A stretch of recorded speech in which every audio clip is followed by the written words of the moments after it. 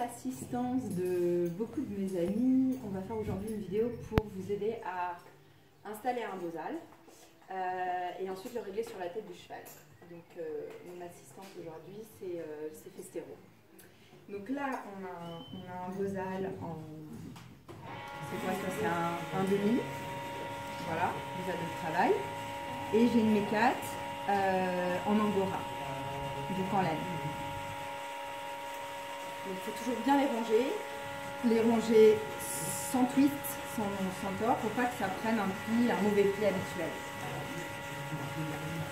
Donc je vais commencer avec mon bozal. Je me mets à la place du cheval, la fermeture sur la gauche.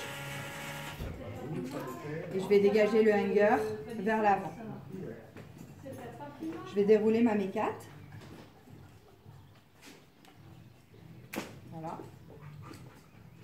Je vais coincer le bout de mon mécate au niveau de mon heel knot, ici. Et je vais commencer à enrouler dans les sens inverses des aiguilles d'une montre. Je vais faire 2 ou 3 tours. Ça, c'est à avoir et à réajuster après, suivant la forme du cheval, en fait. Et aussi le niveau de réglage le long du chanfrein. On verra ça tout à l'heure. Voilà. Dans le sens inverse des aiguilles d'une montre, je mets bien à plat. Je fais à chaque fois un tour complet comme un tuyau pour pas qu'il y ait de twist. Je ne serre pas trop, le but étant de ne pas resserrer ici, mais au contraire de le garder écarté, parce qu'un cheval ça a une forme assez rectangulaire en fait si on fait une vue transversale là de son museau. Voilà, donc je vais faire mes 3 boucles. Quand je suis là, je passe ma main au centre du bozal et je vais venir créer mes rênes.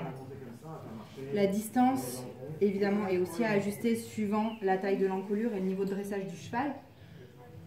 Généralement, on met environ 1 bras et demi. Alors moi, j'ai un tout petit cheval, donc je vais en mettre un peu moins. Et on fait bien attention, là, à retordre les rênes pour ne pas avoir... Voilà, si vous avez ça, vous voyez, là, la rêne, elle fait un twist. Donc là, on n'est pas bon et ça va nous embêter ensuite à cheval. Donc bien tourner cela, mettre bien à plat pour avoir un U formé par les rênes qui est vraiment bien à plat. Ensuite, je vais bien les installer côte-côte. Vous voyez, là, c'est bien ouvert. Elles se chevauchent pas. Je prends mon temps, hein. Encore un petit tour. Et je continue. Maintenant, je vais bloquer la partie reine et je vais créer ma lead rope. Donc, je recommence, même sens inverse des aiguilles d'une montre. Une fois, un seul tour, et ensuite je repasse dans la boucle que j'ai créée. Donc je passe entre les branches du bozal. Je déroule, voilà, et je serre légèrement.